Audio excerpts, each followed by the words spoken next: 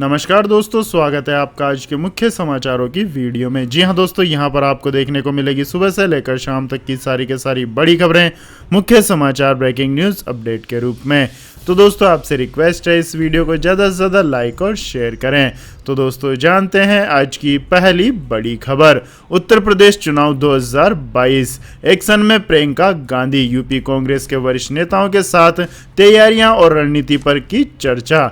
जी हां दोस्तों, कांग्रेस महासचिव प्रियंका गांधी ने सोमवार को उत्तर प्रदेश से जुड़ी पार्टियों के वरिष्ठ नेताओं के साथ बैठक की, जिसमें आगामी विधानसभा चुनाव की तैयारियों और रणनीति को लेकर चर्चा की गई।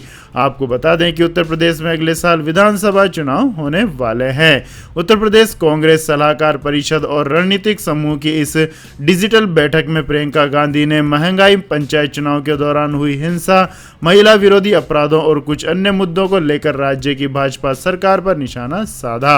आधिकारिक बयान के मुताबिक बैठक में यह फैसला किया गया कि महंगाई, बेरोजगारी और जंगल राज के खिलाफ उत्तर प्रदेश कांग्रेस सड़कों पर और मजबूती से उतरेगी। इसके बाद दोस्तों रुक करते हैं अगली खबर का। आतंकी सलाउद्दीन के बच्चों के सपोर्ट में महबूबा मुफ्ती, बोली पिता की सजा बच्चों को क्यों। जी हां दोस्तों, महबूबा मुफ्ती ने एक बार फिर 370 और 35A की बहाली का राग अलापा है। दरबार मूव को खत्म करने और परिसीमन पर भी महबूबा मुफ्ती ने सवाल उठाए हैं। हिजबुल मुजाहिदीन के कमांडर सैयद सलाउद्दीन के 2 बेटों समेत 11 लोगों को आतंकी कनेक्शन के चलते सरकारी नौकरी से निकाले जाने का भी जम्मू कश्मीर की पूर्व सीएम महबूबा मुफ्ती ने विरोध किया है।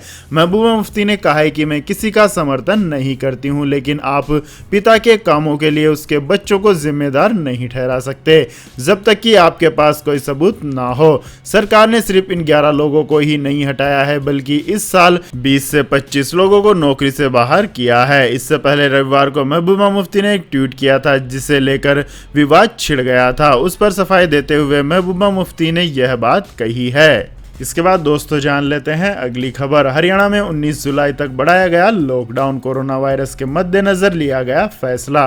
जी हां दोस्तों, हरियाणा सरकार ने कोरोना वायरस से निपटने के लिए राज्य में जारी लॉकडाउन को 19 जुलाई तक बढ़ाने का ऐलान किया है।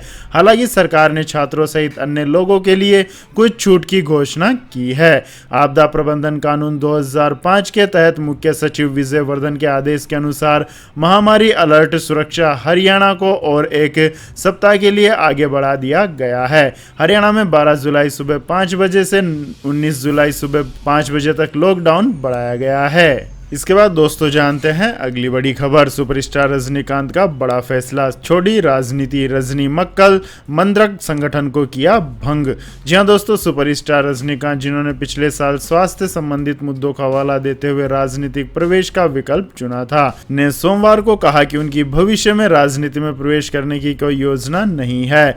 रजनीकांत ने कहा कि भविष्य में मेरी राजनीति में आने की कोई योजना नहीं है। उन्होंने रजनी मक्कल मंत्रम को भी भंग कर दिया है, यह कहते हुए कि संगठन प्रशंसकों के कल्याण संघ के रूप में जारी रहेगा। रजनीकांत ने यह घोषणा आरएमएम के पदाधिकारियों के साथ बैठक कर इस बात पर चर्चा करने के लिए की कि उन्हें भविष्य में राजनीतिक कदम उठाना चाहिए या नहीं। 70 वर्षीय अभिनेता ने पिछले साल दिसंबर में घोषणा की थी कि वह अपने खराब स्वास्थ्य को देखते हुए राजनीति में शामिल नहीं होंगे, जिससे उनकी लंबे समय से चली आ रही योजना पर विराम लग गया। रजनीकांत ने कहा कि मैं बड़े अफसोस के साथ सूचित करता हूं कि मैं एक राजनीतिक दल बनाकर राजनीति में नहीं आ पा रहा हूं। यह घोषणा करने के पीछे का दर्द मैं ही जानता हूं। चुनावी राजनीति में आए बिना जनता की सेवा करूंगा। मेरा यह फैसला मेरे प्रशंसकों और लोगों को निराश करेगा, लेकिन कृपया मुझे माफ कर दें। इसके बाद दोस्तों जान लेते हैं अगली खबर। सोनिया गांधी ने बुलाई बैठक, सरकार को घेरने की रणनीति के साथ लोकसभा सीट में बदलाव पर चर्चा संभव। जी हां दोस्तों, संसद के मानसून सत्र की रणनीति बनाने के लिए कांग्रेस अध्यक्ष सोनिया गांधी ने बुधवार शाम पार्टी की संसदीय रणनीति समूह की बैठक बुलाई है। सोनिया गांधी की अध्यक्षता में वर्चुअल तरीके से होने वाली बैठक में जहां एक तरफ संसद सत्र में मोदी सरकार को घेरने की रणनीतियों पर चर्चा होगी, वहीं सूत्रों के मुताबिक लोकसभा दल में अहम बदलावों पर भी विचार किया जा सकता है। लोकसभा में कांग्रेस दल के नेता अधीर रंजन चौधरी को बदले जाने के कयास लगाए जा रहे हैं। अधीर रंजन को पश्चिम बंगाल विधानसभा चुनाव के पहले प्रदेश अध्यक्ष बनाया गया था। इसके अलावा लोकसभा में कांग्रेस के मुख्य सचेतक के सुरेश भी केरल कांग्रेस के कार्यकारी अध्यक्ष बनाए जा चुके हैं। ऐसे में लोकसभा में कांग्रेस के नेता और मुख्य सचेतक दोनों पदों पर नए चेहरे देखने को मिल सकते हैं। इसके बाद दोस्तों जान लेते हैं अगली खबर। शत्रुघ्न सिन्हा को राज्यसभा भेज सकती है ममता बनर्जी, 21 जुलाई को टीएमसी में होंगे शामिल। जी हां दोस्तों, बीजेपी छोड़ कांग्रेस में पहुंचे शत्रुघ्न सिन्हा ममता बनर्जी की पार्टी तृणमूल कांग्रेस में शामिल हो सकते हैं। हालांकि हाल ही में नरेंद्र मोदी के समर्थन में हिंदी में किए गए उनके एक ट्वीट के बाद अनुमान लगाया जा रहा था कि वह भाजपा में घर वापसी भी कर सकते हैं। आपको बता दें दोस्तों, हाल ही के दिनों में शत्रुघ्न सिन्हा की टीएमसी से नजदीकियां और बढ़ी है। टीएमसी में शामिल होने की संभावनाओं के बारे में पूछे जाने पर शत्रुघ्न सिन्हा ने सीधी टिप्पणी करने से इनकार कर दिया, लेकिन कहा कि राजनीति में संभावनाएं बनी रहती है। हालांकि उनके करीबी सूत्रों का कहना है कि शत्रुघ्न सिन्हा के टीएमसी में जाने की पटकथा लिखी जा चुकी है। टीएमसी नेताओं का यह भी कहना है कि इस संबंध में बातचीत अंतिम चरण में है। टीएमसी नेताओं ने कहा है कि अभिनेता राजनेता शत्रुघ्न सिन्हा के हमेशा ममता बनर्जी के साथ अच्छे संबंध रहे हैं। सूत्रों ने कहा है कि शत्रुघ्न सिन्हा 21 जुलाई को शहीद दिवस समारोह में तृणमूल कांग्रेस में शामिल हो सकते हैं।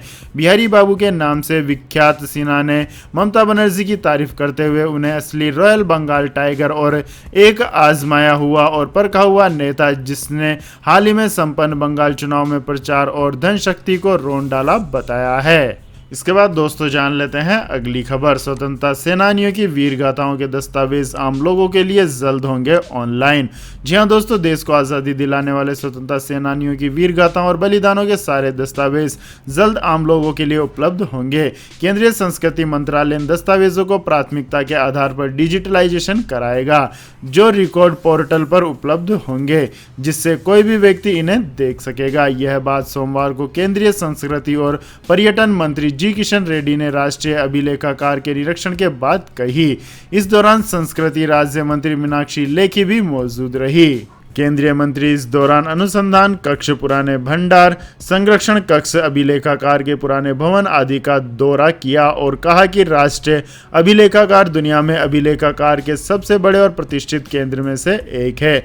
यहां पर 18 करोड़ पेज, 57 लाख फाइल और 1.25 लाख मैपों का दस्तावेज सुरक्षित रखा है। भविष्य की पीढ़ियों के लिए इस रिकॉर्ड को संरक्षित करना जरूरी है। इस उद्देश्य से उन्हें डिजिटल फॉर्म में किया जा रहा है। आजादी के 75 वर्ष होने के उपलक्ष्य में मनाए जा रहे आजादी का अमृत महोत्सव को ध्यान में रखते हुए देश को आजादी दिलाने वाले स्वतंत्रता सेनानियों की वीर गाथाओं और बलिदानों के साथ अभिलेखों को प्राथमिकता पर उन्हें डिजिटल फॉर्म में कराया जाएगा, जिससे आम लोग भी इन अभिलेखों को रिकॉर्ड पोर्टल में देख सकें। इसके बाद दोस्तों जान लेते हैं अगली बड़ी खबर। Vehicle registration cancel, Delhi NCR के 74,021 वाहनों का रजिस्ट्रेशन रद्द। इस रिस्क की गाड़ियां सड़क पर दिखे तो करे शिकायत। जी हां दोस्तों, दिल्ली एनसीआर में बढ़ते प्रदूषण को देखते हुए आरटीओ ने बड़ा कदम उठाया है। गाजियाबाद आरटीओ ने 74,021 वाहनों का रजिस्ट्रेशन रद्द कर दिया है। ये गाड़ियां अगर अब दिल्ली एनसीआर की सड़कों पर चलती पाई गई तो उसे सीज करने के साथ साथ 5,000 रुपए का जुर्माना भी लगाया जाएगा। प्रदूषण कंट्रोल बोर्ड भी इतनी ही राशि वसूलेगा, जिसके बाद वाहन मालिक को दूसरे जिलों का एनओसी दिखाने के बाद ही गाड़ी वापस की जाएगी। आपको बता दें दोस्तों, गाजियाबाद के आरटीओ विश्वजीत प्रताप सिंह ने बताया है कि शनिवार को इस बारे में शासन की तरफ से निर्देश मिलने के बाद नोटिफिकेशन जारी कर दिया गया है। अब जिन गाड़ियों को रजिस्ट्रेशन रद्द किया गया है, अगर वह गाड़ियां सड़क पर चलती दिखे तो उन्हें तुरंत ही सीज कर लिया जाएगा। इसके बाद दोस्तों जान लेते हैं अगली बड़ी खबर। केजरीवाल सरकार इन मजदूरों के अकाउंट में ट्रांसफर करेगी 5,000 रुपए। जी हाँ दोस्तों, Delhi building and construction workers welfare board निर्माण श्रमिकों के बैंक डिटेल्स के संशोधन के लिए 12 से 17 जुलाई तक विशेष कैंप का आयोजन कर रही है। कोरोना काल के दौरान दिल्ली सरकार ने निर्माण श्रमिकों को 5,000 रुपए की सहायता राशि दी थी, लेकिन पर्याप्त बैंक डिटेल्स या रजिस्ट्रेशन के दौरान बैंक डिटेल्स अपलोड न करने के कारण कुछ श्रमिकों की सहायता राशि बैंक की ओर वापस कर दी गई। इसी को देखते हुए सरकार ने बैंक डिटेल्स अपडेशन के लिए आज से विशेष कैंप शुरू किया है, ताकि बाकी बचे श्रमिकों को भी सहायता राशि मिल सके। इसके बाद दोस्तों जान लेते हैं अगली बड़ी खबर। लेकिन दोस्तों अगली खबर जानने से पहले आप लोगों से गुजारिश है कि इस वीडियो में दिखाई गई खबरें अगर आपको पसंद आई हो तो इस वीडियो को लाइक करें, शेयर करें और हमारे चैनल को सब्सक्राइब करें। तो दोस्तों जान लेते हैं अगली खबर। रूसी वैज्ञानिकों का दावा, स्पुतनिक वी वैक्सीन देती है डेल्टा स्ट्रेन के खिलाफ 90% सुरक्षा। जी हाँ दोस्तों, रूस की नोवोसिबिर्स्क स्टेट यूनिवर्सिटी की प्रयोगशाला के प्रमुख और रूसी विज्ञान अकादमी के संबंधित सदस्य सर्गेई नेत्सोव ने बताया कि रूस के स्पुतनिक वी सहित वायरल वेक्टर और mRNA टीके कोरोना वायरस के नए स्ट्रेन डेल्टा के खिलाफ कारगर हैं। सर्गेई नेत्सोव ने कहा कि यूके, यूएस और अन्य देशों के आंकड़ों के अनुसार हमारे स्पुतनिक वी सहित mRNA और वेक्टर टीके डेल्टा पर कारगर हैं। ये टीके कोरोना के खिलाफ 95% और डेल्टा स्ट्रेन के खिलाफ 90% सुरक्षा देते हैं। उन्होंने कहा कि पहले से विकसित टीकों का उपयोग किया जाना चाहिए क्योंकि वे काफी प्रभावी रहते हैं। इसके बाद दोस्तों जान लेते हैं अगली खबर। मेंटेनेंस पर 3,413 करोड़ रुपए खर्च कर रही थी केजरीवाल सरकार, इतने में 4,000 डीटीसी बसें आ जाती। जी हां दोस्तों, कांग्रेस ने डीटीसी बसों की खरीद के मामले में आम आदमी पार्टी सरकार पर बड़ा निशाना साधा है। इस मामले में भाजपा पहले ही दिल्ली की केजरीवाल सरकार को घेर रही है। वहीं अब दिल्ली कांग्रेस ने डीटीसी बसों की खरीद को लेकर आप सरकार के खिलाफ सीबीआई में जाने का अल्टीमेटम दिया है। दिल्ली कांग्रेस अध्यक्ष अनिल कुमार ने केजरीवाल सरकार और उपराज्यपाल की जांच पर सवाल उठाते हुए कहा कि दिल्ली सरकार ने 1875 करोड़ रुपए में 1,000 बस खरीदने का ऑर्डर दिया था और इसकी मेंटेनेंस 3,413 करोड़ रुपए दी गई है। इतने में 4,000 नई बसें आ सकती थी। अनिल कुमार ने कहा कि अगर कोई नई गाड़ी खरीदता है तो उसकी सर्विस 10 साल तक वही कंपनी देती है, लेकिन केजरीवाल सरकार ने नई बसों जिनकी मेंटेनेंस 5 साल तक की कंपनी को देनी होती है, उन बसों के मेंटेनेंस के लिए करीब 3,500 करोड़ रुपए का ठेका दे दिया। इसकी जांच होनी चाहिए। इसके बाद दोस्तों जान लेते हैं अगली खबर। बीपीसीएल के निजीकरण के बाद रुक सकती है एलपीजी सब्सिडी, सरकारी आदेश बना ब्रेकर। जी हां दोस्तों, अब से करीब 20 साल पहले सरकार ने एलपीजी को लेकर एक आदेश दिया था कि देश में उत्पादित रसोई गैस की आपूर्ति केवल सरकार के स्वामित्व वाली तेल कंपनियों तक सीमित रहेगी। इस आदेश ने भारत पेट्रोलियम कॉर्पोरेशन लिमिटेड के निजीकरण के बाद सब्सिडी वाली एलपीजी की बिक्री जारी रखने की छूट देने वाली योजना के आगे ब्रेक बन गया है। अब यह सवाल है कि बीपीसीएल के निजीकरण के बाद भी क्या वह सब्सिडी गैस की आपूर्ति करेगी या नहीं। इसके बाद दोस्तों जान लेते हैं अगली खबर। नेपाल में केपी ओली को झटका, सुप्रीम कोर्ट ने शेर बहादुर को पीएम बनाने का दिया आदेश। जी हां दोस्तों, नेपाल के प्रधानमंत्री केपी शर्मा ओली को सुप्रीम कोर्ट से बड़ा झटका लगा है। सुप्रीम कोर्ट ने केपी शर्मा ओली को पद मुक्त कर शेर बहादुर देउबा को प्रधानमंत्री नियुक्त करने की राष्ट्रपति को आदेश दिया है। शीर्ष अदालत ने संसद विघटन के राष्ट्रपति के फैसले को लगातार दूसरी बार रद्द कर दिया है। प्रधानमंत्री केपी शर्मा ओली की सिफारिश पर राष्ट्रपति भंडारी ने 5 महीने में दूसरी बार 22 मई को संसद के निचले सदन को भंग कर दिया था।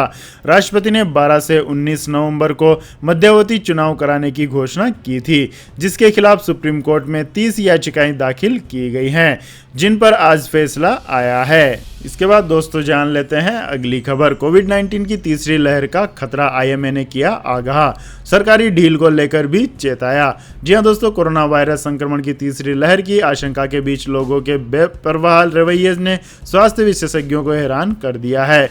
जिस तरह से लोग कोविड प्रोटोकॉल का पालन किए बगैर पर्यटन स्थलों पर जमा हुए, उससे नई चिंता पैदा हो गई है। इंडियन मेडिकल एसोसिएशन ने भी सोमवार को इस पर चिंता जताई और चेताया कि लोगों का इस तरह का रवैया कोविड-19 की तीसरी लहर का कारण बन सकता है। इसके बाद दोस्तों जानते हैं आज के मौसम अपडेट्स। तो दोस्तों आने वाले 24 घंटों के दौरान पश्चिमी हिमालय, उत्तर पंजाब के कुछ हिस्सों, तटीय आंध्र प्रदेश, तेलंगाना, मराठवाड़ा, मध्य महाराष्ट्र, कोंकण और गोवा, तटीय कर्नाटक, उत्तरी आंतरिक कर्नाटक और अंडमान और निकोबार द्वीप समूह के कुछ हिस्सों में हल्की से मध्यम बारिश के साथ कुछ स्थानों पर भारी बारिश भी हो सकती है। पूर्वोत्तर भारत, सिक्किम, केरल, गुजरात के कुछ हिस्सों, दक्षिण पश्चिम और दक्षिणी मध्य प्रदेश और दक्षिणी पूर्वी राजस्थान और दक्षिण छत्तीसगढ़ के कुछ हिस्सों में हल्की से मध्यम बारिश के साथ 1-2 स्थानों पर कुछ देर के लिए बारिश तेज भी हो सकती है। आपको बता दें, पंजाब, उत्तर प्रदेश, राजस्थान के शेष हिस्सों, हरियाणा के अलग अलग हिस्सों, दिल्ली, बिहार के कुछ हिस्सों, पश्चिम बंगाल, झारखंड, उड़ीसा, छत्तीसगढ़, पूर्वी मध्य प्रदेश, दक्षिणी आंतरिक कर्नाटक, रायलसीमा, तमिलनाडु और लक्षद्वीप में हल्की बारिश हो सकती है। इसके बाद दोस्तों जान लेते हैं आज के सोने और चांदी के भाव। तो दोस्तों रुपए के मुकाबले डॉलर में कमजोरी के चलते सोने और चांदी की कीमतों में गिरावट दर्ज की गई। राष्ट्रीय राजधानी में सोमवार को सोने एवं चांदी की कीमतों में गिरावट देखने को मिली। दिल्ली सराफा बाजार में आज सोना 169 रुपए की गिरावट के साथ 46,796 रुपए के स्तर पर बंद हुआ। वहीं चांदी में गिरावट रही। चांदी 300 रुपए की गिरावट के साथ 67,611 रुपए प्रति किलोग्राम के स्तर पर बंद हुई। शुक्रवार को सोना 46,965 के स्तर पर और चांदी 67,911 रुपए के स्तर पर बंद हुई थी। इसके बाद दोस्तों जान लेते हैं अगली खबर। फिर बढ़े पेट्रोल के दाम, सस्ता हुआ डीजल। जी हां दोस्तों, देश भर में ईंधन की कीमतों पर महंगाई की मार जारी है। तेल कंपनियों ने एक बार फिर पेट्रोल की कीमत में बढ़ोतरी की है और इसी के साथ पेट्रोल की कीमत अपने चरम पर पहुंच गई है। वहीं डीजल की कीमत में आज 3 महीने बाद गिरावट दर्ज की गई। तेल कंपनियों ने सप्ताह के पहले दिन यानी कि आज 12 जुलाई को पेट्रोल के रेट में 28 पैसे प्रति लीटर की बढ़ोतरी की है। वहीं डीजल 16 पैसे प्रति लीटर सस्ता हुआ है। इससे पहले 15 अप्रैल को डीजल के रेट 14 पैसे की कटौती की गई थी। दिल्ली के बाजार में पेट्रोल 101.19 रुपए प्रति लीटर पर पहुंच गया है। इसके बाद दोस्तों जान लेते हैं आज के हैंड सैनिटाइजर के उपयोग में हो जाएं सावधान, अंधे होने के साथ जा सकती है जान। जी हां दोस्तों, डॉक्टरों ने चेतावनी दी है कि हैंड सैनिटाइजर का ज्यादा उपयोग करने से स्किन डिजीज का सामना करना पड़ सकता है। इसके बेहद गंभीर साइड इफेक्ट हो सकते हैं कि स्टेडियम में अंधापन या मौत तक होने की संभावना जताई गई है। हालांकि कोरोना से बचने के लिए इसका जरूरत के मुताबिक उपयोग किया जा सकता है। कोरोना काल में हैंड सैनिटाइजर का उपयोग हर किसी के लिए बेहद जरूरी हो गया है। हैंड सैनिटाइजर के लगातार उपयोग की सलाह दी जाती है। संक्रमण से बचाने में कारगर बताया जाता है, लेकिन क्या आपको पता है कि इसके नुकसान भी हैं? हालांकि ये नुकसान अधिक उपयोग करने पर होते हैं। लोगों ने खुद को वायरस से बचाने के लिए कोशिश की है तो हैंड सैनिटाइजर का उपयोग महामारी में बढ़ गया। ऐसे में हैंड सैनिटाइजर में पाए जाने वाले केमिकल से लोगों के स्वास्थ्य पर विपरीत असर पड़ने की संभावना बढ़ गई है। कई सैनिटाइजर में केमिकल्स मेथनॉल मिलाए जा रहे हैं। अगर यह हाथों के जरिए शरीर के अंदर चले जाएं तो अंधापन या मौत भी हो सकती है। तो यह थी दोस्तों आज की सभी महत्वपूर्ण बड़ी खबरें। और दोस्तों बारी आती है आज के माइंड क्यूज क्वेश्चन की, जिसका जवाब देकर आप बन सकते हैं एक शानदार उपहार के विजेता। तो दोस्तों आज का सवाल है, भारत में चलाई जाने वाली प्रथम प्राइवेट ट्रेन का नाम क्या है? जी हां दोस्तों, अगर आपको इस सवाल का जवाब आता है तो तुरंत कमेंट सेक्शन में लिख दीजिए। इस वीडियो को लाइक कीजिए, शेयर कीजिए और हमारे चैनल को सब्सक्राइब करके बेल आइकन का बटन भी दबा लें। धन्यवाद। जय हिंद, जय भारत, वंदे मातरम।